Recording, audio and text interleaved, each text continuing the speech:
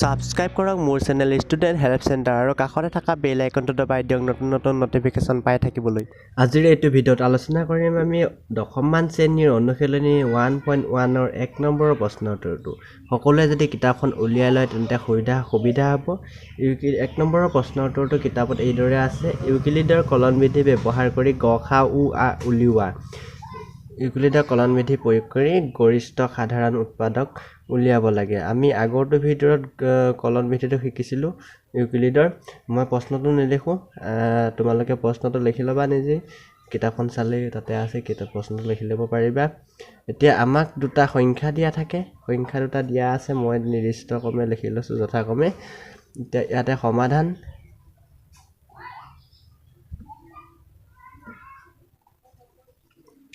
আমি এইদৰে যদি ইউক্লিডৰ কলন বিধি ব্যৱহাৰ কৰি ইউক্লিডৰ বিভাজন প্ৰমেয়িকা ব্যৱহাৰ কৰি যদি গ খা উ বা ল খা গু উলিয়াব দিয়া থাকে, আমি প্ৰথমতে গ খা উৰ ক্ষেত্ৰত চাম। ইয়াতে যিহেতু গ খা উ দিয়া আছে 1.1 গ খা উ যদি দিয়া থাকে, আমি সেই ক্ষেত্ৰত কি কৰোঁ যে দুইটা সংখ্যা চাওঁ, দুইটা সংখ্যাৰ ডাঙৰ সংখ্যাটো আমি এ বুলি ধৰোঁ, সৰু সংখ্যাটো বি বুলি ধৰোঁ। যিহেতু আমাৰ ইউক্লিডৰ কলন বিধিটো আছিলে a equal to b q plus r. আৰটো কাৰ মাজত থাকে বাউণ্ডেড হৈ, আৰটো 0ৰ সমান হ'ব পাৰে, 0তকৈ ডাঙৰ হ'ব পাৰে, কিন্তু বিতকৈ সৰু হ'ব। এইটো এটা ইউক্লিডৰ কলন বিধি আছিলে। আমি ইয়াতে এতিয়া ক'লোঁ যে ইউক্লিডৰ কলন বিধি ব্যৱহাৰ কৰি পাওঁ বুলি লিখিম আমি।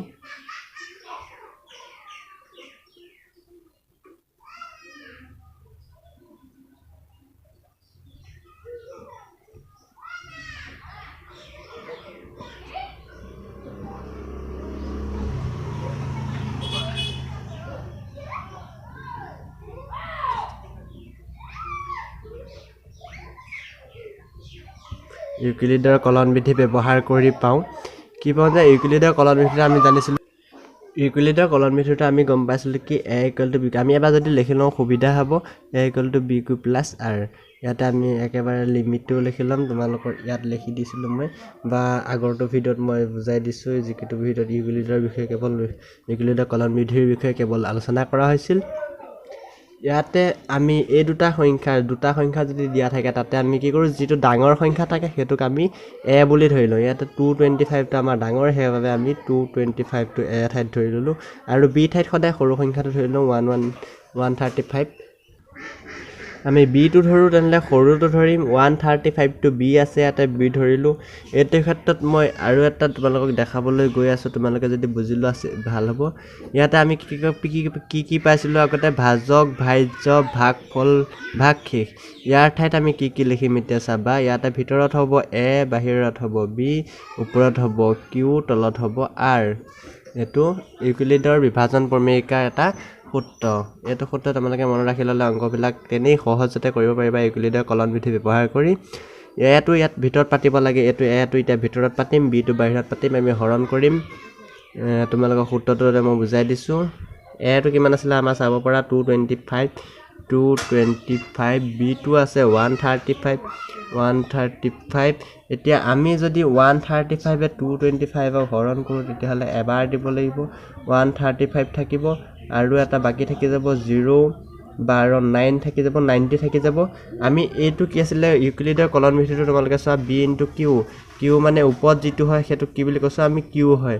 তেনেহ'লে ওপৰত কিমান পালোঁ 1, তেনেহ'লে 135 ইনটু 1 পাতিব লাগিব, প্লাছ আৰ। ইয়াতে আৰৰ ঠাইত আমি কিমান পালোঁ 90টো ইয়াত পাতি দিলেই হ'ল তোমালোকে 90। এইটো ইউক্লিডৰ কলন বিধিটোৰ প্ৰথম শাৰীৰ বাবে আমাৰ হৈ গ'ল। কিন্তু গ খা গু উলিওৱাৰ ক্ষেত্ৰত কি কৰিব লাগে, যেতিয়ালৈকে এই আৰটো শূন্য নোলায় তেতিয়ালৈকে আমি কৰি থাকিব লাগিব। কৰি থাকোঁতে আমি কি কৰিম, যিটো ইয়াত বি আছিলে সেইটো আমি নেক্সট লাইনত এ বুলি ধৰিম। অৰ্থাৎ আমি বি ঠাইত বিটো কি বুলি ভাজ্য বুলি ধৰিছিলোঁ, সেইটো ভাজ্যটো কিন্তু এবাৰ ভাজক বুলি ধৰিম। এতেকে ভাজক কিমান বুলি লিখি ল'ম 135। এতেকে ইয়াত ভাজক হ'ব, ভাজক এতিয়া নেক্সট বাৰৰ কাৰণে হ'ব, ভাজক 135, আৰু ভাগফলটো আমি কিউটো যিটো আছিলে সেইটো আৰ বুলি ধৰিম ইয়াত, মানে আৰটো আমি কিউ বুলি ধৰিম। তেতিয়া ভাজ্য হ'ব কিমান, ভাজ্য হ'ব 90। এতিয়া আমি এইটো আকৌ এ বুলি ধৰিম, এইটো আকৌ বি বুলি ধৰিম। a বুলি ধৰিলে 135 ইকুৱেল টু b বুলি ধৰিলে 90 আকৌ a আমি b হৰণ কৰিম b এ হৰণ কৰিম একেদৰে কি আছিলে 135 ক আমি 90 এ হৰণ কৰিলো দুবাৰ গলে বেছি হ'ব এবাৰে যাব 90 হ'ব 45 থাকিলে একেদৰে আমি এটো যেনেকৈ কৰিছিলো সেইটো দৰে কৰিলে হল সূত্ৰটো কি আছিলে a equal to b q q মান আমি ইয়াত কিমান পালো উপপাদ্য মতে যদি চাও q টো 1 পালো আকৌ 1 দিলো plus r bq plus r মানে কিমান পালো আমি r ঠাইত কিমান আছিলে 45 ইয়াতে আমি কিমান পাতিম 45 পাতিম 45 পাতিলো এবাৰো কিন্তু দেখিলো আমাৰ r টো এতিয়ালৈকে শূন্য হোৱা নাই সেই ৰেখাটিকে আমি r টো কি কৰিম শূন্য কৰিবলৈ চেষ্টা কৰিম আকৌ একেদৰে লিখিম ইয়াত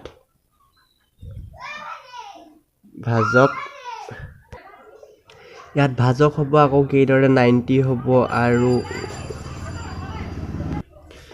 ভাজ্য হ'ব সেইদৰে 45 এখিনি তোমাৰ আগৰ দিনা লাইন কিটা হতে একেদৰে পাতিলে হ'ল 45 একেদৰে আমি ওপৰ খাইত যেনেকৈ ধৰিছিলো ইয়াটো a টো ধৰিম b টো ধৰিম তেনলে কিমান হ'ব 90 ইকুৱেল টু 45 একেদৰে এটো হৰণ কৰিম কিমান আছিল যে 45 ক 90 ক আমি 45 এ কৰিব লাগে এবাৰ দুবাৰ গল 90 হল 0 থাকিলে এবাৰ আমি কি পাতিম 45 into 2 plus r মানটো পালো 0 যেতিয়া ওলাই তেতিয়া আমি আৰু সেই সংখ্যাটো এখিনি আকৌ পুনৰবাৰ ইকুৱেলিটাৰ বিভাজন ভূমিকা কৰিব নালাগে যি খাৰিত r টো 0 ওলাবকৈ সেই খাৰিতে আমি কি b টো কি কৰো b টোকে আমি গখা u বুলি ধৰি লওঁ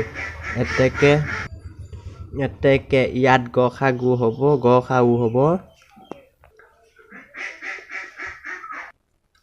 45 হ'ব 45 টো কি হ'ব গখা